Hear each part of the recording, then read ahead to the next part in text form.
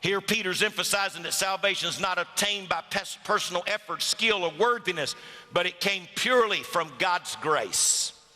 He said that he'd obtained like precious faith.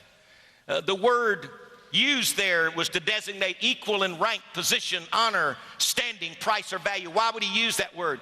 He was preaching mostly to Gentiles. There would have been some Jews there as well. The Jews had a tendency in their Pharisaism to feel they were a little better and that there was not equal citizenship in the kingdom, especially among the foreigners and the strangers in the ancient world. But he said, when I have obtained like precious faith, he was saying, I've got a faith that is the same value as yours. And I would say to you, preach back to me this morning, and here's the words I'd have you to regurgitate. The faith you're talking about, that you've embraced, that you're so fired up about, regardless of how you express it, if you know Jesus, you have the like precious faith.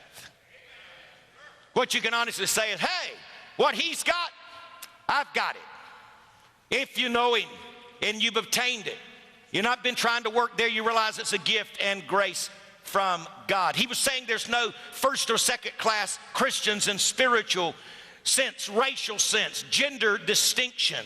And so Peter magnifies it. When he says, I have a like precious faith, he is speaking of a subjective faith. For example, the Christian's power to believe for his salvation. Faith is the capacity to believe, Ephesians 2. When through faith and belief, even though they express the human side of salvation, God must still grant faith. I'm just telling you, it's all God. God initiates faith when the Holy Spirit awakens the dead soul into response to hearing the gospel. And God calls us, 2 Thessalonians chapter 2, verse 13 and 14, he calls us by the gospel. It is all grace, it is all God. It goes a step further. It not only emphasizes this marvelous truth, but it emphasizes omnipotence.